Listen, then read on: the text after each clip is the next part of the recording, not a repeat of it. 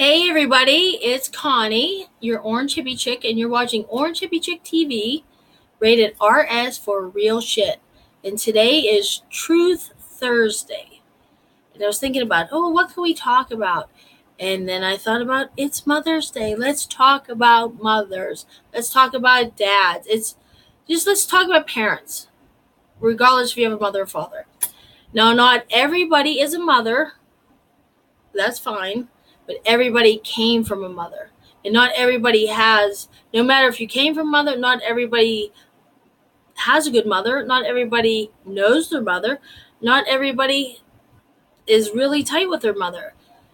But the one thing, we all came from a female, and that's called our mother.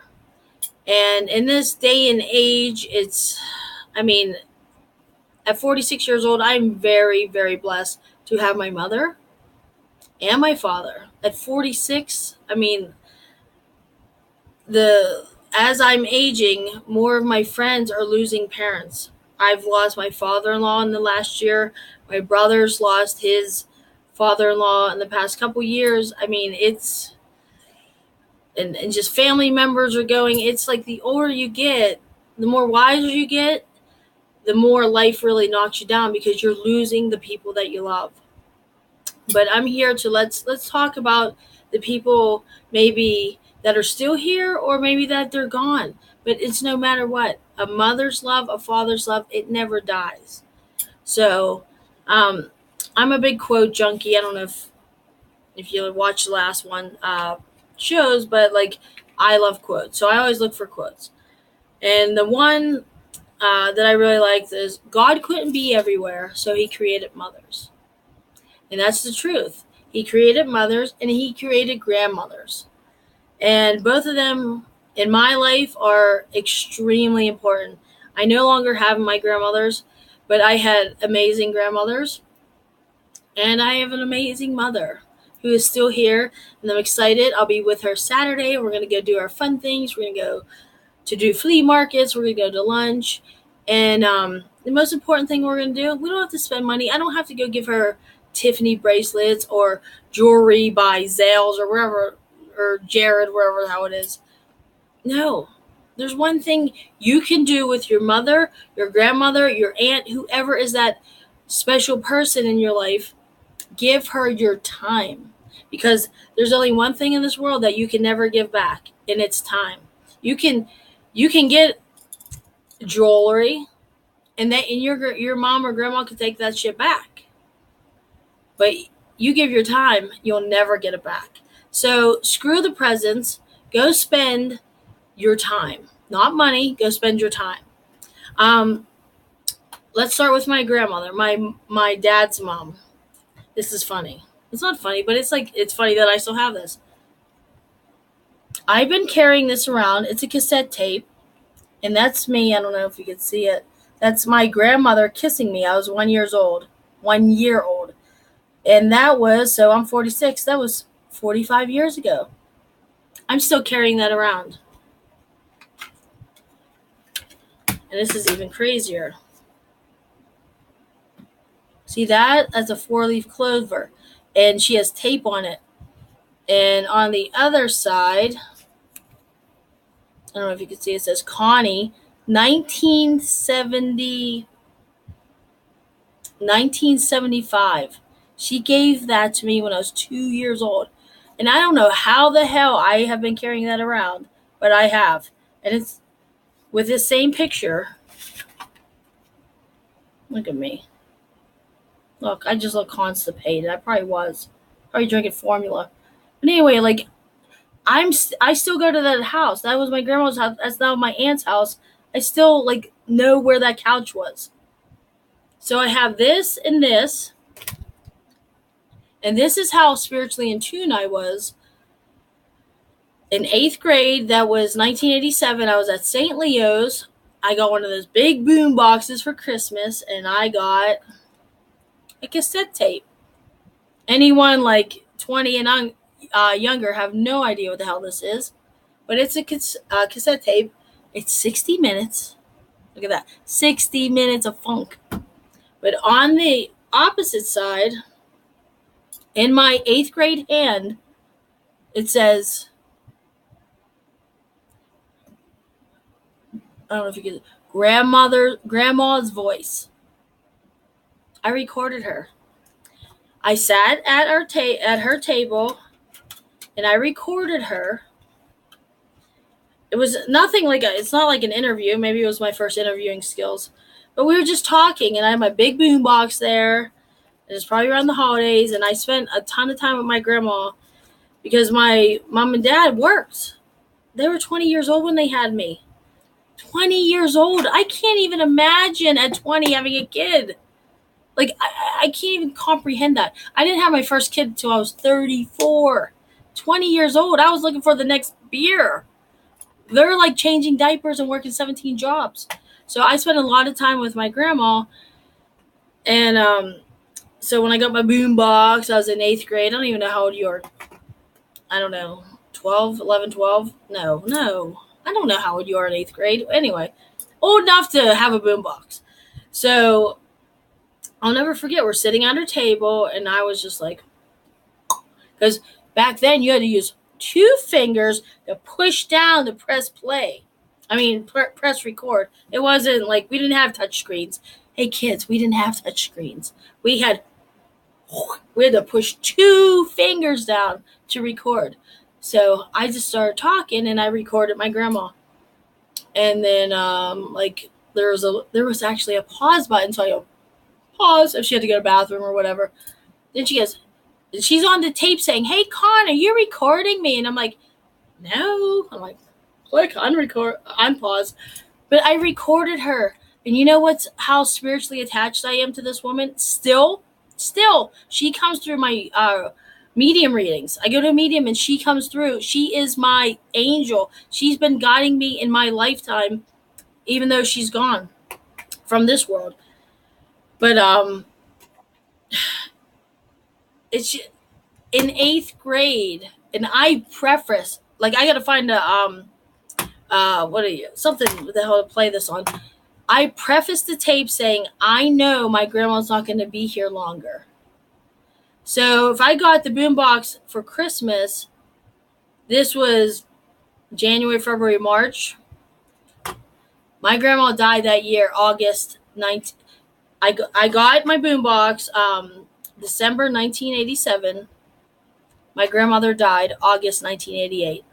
How in the hell, as an 8th grader, what 8th grader, I don't even know what age that is thinking about their grandma dying? No one. What 8th grader is prefacing a tape saying, I know my grandma's not going to be here longer. I want to keep her voice as a reminder because I love her. Like, that's what it says on here. That's what it says. I've been carrying this thing around since 1988. 1988. This woman was one hell of a mother to my dad, aunt, and uncle. And she was priceless as a grandmother. So if my house ever burnt down, I would run back in for this because I don't give a shit about anything else in this house. This, I'll never get back. So, God couldn't be everywhere, so he created mothers. Now, that's my grandma, and I had a Grandma Kavanaugh I wasn't super close with, but towards the end of my, when I grew up, I became close with her because she lived with my mom. And she still comes to me when I go to medium readings, and she's always the one who's like, yeah! They're like, you have a grandma here that won't shut up. I'm like, oh, it's Grandma Kavanaugh. Like, she's feisty. She's like me. She's like, and she'll tell you like it is. So, and this grandma was a creative grandma. So I got the yin and yang of both. Like, I got, we'll make shit, and we got the other thing, we'll talk shit. So I had 2 strong females in my life. Then comes my mother. Good Lord, my mother. My mother is, I don't know, 5'3" and the ballsiest broad I've ever known. Like, I am a fraction of who she is. She will take a penny and make $1. She will take 17 jobs and make a lifetime. She is still a hustler. Like, I ain't shit. My mom taught me everything I know, and I ain't shit. I think I got hustles? No. I ain't shit. My mom is a worker bee. I mean, she will, at 65, she will outwork three millennials. They'll be on their phones typing and shit. She'll be like, shit, I already got that done. Next. She's at work, still working, and all the people in her office love her. Why? Because she's a ballsy broad. She gets shit done, and she don't take shit. So, where did I get that? My mom, I would be 0, 0 without my mom. And I'll do my dad's day thing, and I'm going to try not to cry for either of these, but my mom and my dad, I'm telling you, I'm 46 years old and I still need them like I'm 6 years old. Sometimes I lay in bed. I'm a mother of a 7-year-old and an 11-year-old, and I still lay in bed and go, who's the mother? Like, it is freaky that I'm a mother. I am responsible for a 7-year-old and 11-year-old, and I still want my mom and dad. I still want their comfort. I still need them to help. I don't care how old you are. You never outgrow the need for your mom and dad. And I don't care if you're estranged, if they passed, that ache, that want, there's a need, and there's a, like, you need to feel that. I don't care who or how tough you are. There's a peace in your heart. It's for your mom and dad. They're there or they're not there, but you need that filled. And I mean, people feel it other ways if they don't have that, but like, someday I'm going to be talking on this video and I'm going to say, no, I don't have my parents now, but you know what? I am so lucky and so fortunate and so grateful that I do have them, and I'm going to enjoy them as much as I can. My mom and dad are my best friends. Hands down. Hands down. When anything happens, they're the first two people I call, and everybody else falls in line. That's a best friend. And another one of my favorite quotes that I found tonight: "Mom is a verb. It's not who you are; it's what you do." And this is true because there are so many people that don't have kids, that couldn't have kids, that didn't want to have kids, because being a mom is a decision. There's some people that couldn't have kids because just things happen, but that doesn't make you less of a person or less of a female. If you are a female, there is a promise, 110%, you have mothered someone, either your boyfriend, your husband, your dog, your neighbor. Women by nature are caregivers. So my first baby had fur. His name was Bonkers. And then after he passed, I got another fur baby, and his name is Hendrix.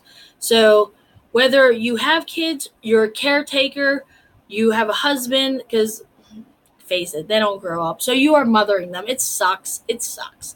But it happens. So you have puppies, you have kitties. Mothering is, like it says, it's a verb.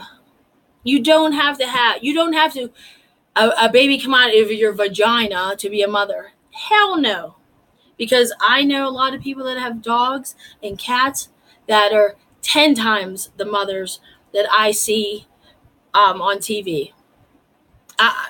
These people are born to be mothers. And God created mothers in all different realms. So some are here to take care of the kids, some other people's kids. Some are here to take care of the animals. It's not right or wrong. We are just human. We are females, and we mother. So, I mean, it is a verb. It truly is a verb.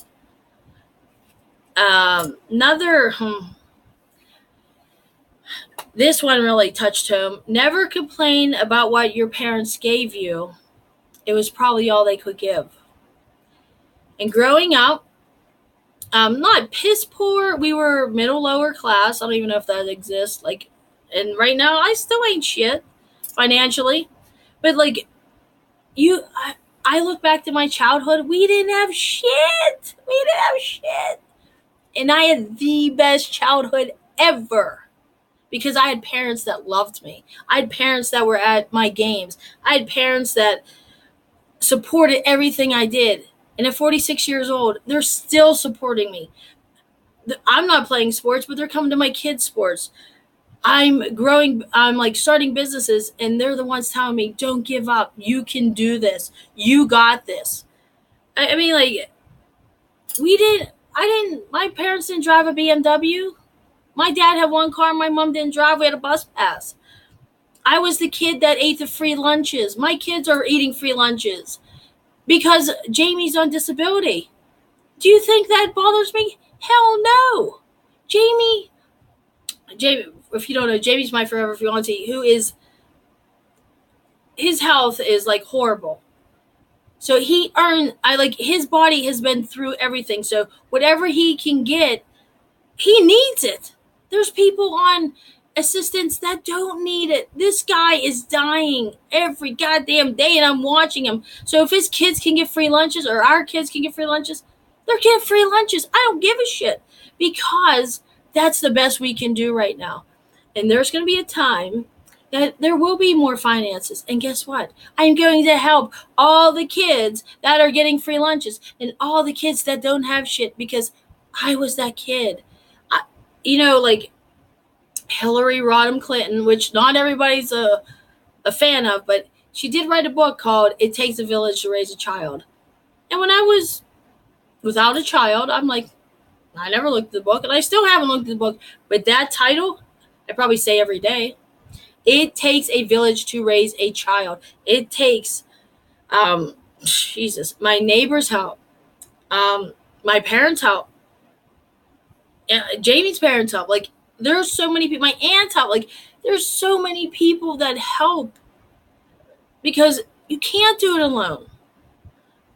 And when we came from nothing, I went to a grade school that we were there from first grade to eighth grade. So all of our families came together, and they helped one another. I mean, as a kid, you don't realize it, but like, all these parents fundraise. So us kids just showed up at sports, and we had things to play. Like, we didn't have to worry if we didn't have uniforms. Sometimes we had like uniforms from 6 years ago and 3 different teams, and we all wore them. But who gives a shit? We had the best time. We had the best teams, and we didn't have shit. So you know what? Give it up to your mom or dad, no matter where you came from, because you know what? They gave you the best that they had. So don't be a greedy. And this is another thing. I mean, this is talking about Jamie and his dad, but it goes for anyone with a mom, like, I even sometimes find myself doing this. So when Jamie's dad was like towards the end, was going through, the chemo and the radiation, and he's losing his mind because it's like eating him alive. So his dad always called religiously every single day. That's just how he was. He checked in, whatever. And when I ever had a problem and I couldn't find Jamie, I would call his dad, because his dad would answer the phone all the time. So towards the end, his dad was losing his mind, and he would call 3-4 times a day. And I would see Jamie go, it's my dad again. And he would talk, and he would hang up, and I said, don't do that. Don't. Because you know what? Someday, you're going to wish that phone rang. And it would like stop him.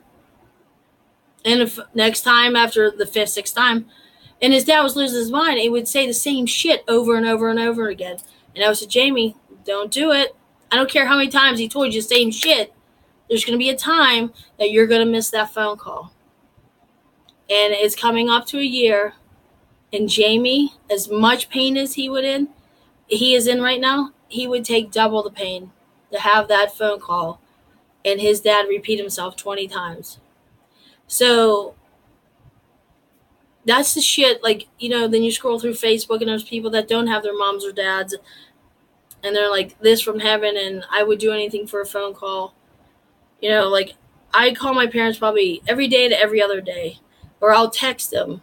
And I know texting sucks, but you know what? I'm going to tell you something my dad doesn't even know. Like, like, I'm the one, the other day, he doesn't know, but I'm the oldest. It's just me and my brother, and I am like, we're 6 years apart. So they say like psychologically 6 years apart is like the first child is the firstborn and the second child is the firstborn. And that's basically how we were raised because we were that far apart. So it's like we kind of act like that. I mean, it's just natural. It's not wrong or right. It's just natural. So I'm the firstborn. So I feel like I got to take care of everybody. And that's what I do. So, the cell phones, like if my mom doesn't call in 2 rings, I'm like, all right, I'm gonna, maybe she not alive. 2 rings, she didn't answer. Maybe she's not alive. I'm gonna give it 3 more times. I'm gonna call her back, and then I'm gonna call the neighbors. If they don't answer, I'm gonna drive over her house. Do you know how many times I've done that? Psychotic. Um, just recently, the other day, I was driving. I think it was like 2, 3 days ago. I was calling my dad. My dad answers like that, clockwork. So when he didn't answer, I'm like, okay, maybe he's golfing, maybe he's doing this. Hours went past. I called again, no answer. I'm like, okay, maybe he forgot his phone. I was just like trying to make myself feel better. The phone was still on. Like I have this theory, like my dad's phone's still on. He's alive. If it's off, he's dead or in jail. That's my theory. So, but it was still ringing. He just wasn't answering. And my dad is retired and he's living life. So who the hell knows where he is? Probably helping humble. But anyway, so it was like 6 hours later, and I'm like, my stomach is turning. And I'm like, where's my dad? Where's my dad? I didn't want to start texting his friends and whatever. So I was driving for Lyft, and I was actually had a ride by his house. So the psychotic Connie drives by his place, and I look for his car, and it's not there. And I'm like, whew. So that means he's not home or he's in a car crash. I mean, like, this is how my mind works. Then I'm texting, Dad, I don't care where you're at. Just tell me you're okay. I get a text, I'm good. Don't even care. Don't even want to know. Don't care where it was. I just know he's good. So this is me. This is me, the caretaker. Whether I have kids, before kids, what did I say? Mama is a verb, not who you are, but what you do. Before I had kids, I mothered my parents. As I got older, I have to look over them. That's just how the world is. That is the circle of life. I mother everybody. It's in my nature. It's a sickness probably, but you know what? If I have my eye on you, you're very fortunate because I got your back. I will look out for you. So, but this is Truth Thursday, and it's a little late because just shit happens. But just wanted to just talk about parents and mothers, and like I said, no matter if you're a mother of a child, of a dog, of a cat, of you didn't have kids and you're watching over your mother or your father or whatever. It is a verb. You don't have to be female. You don't have to have a baby out of a hospital.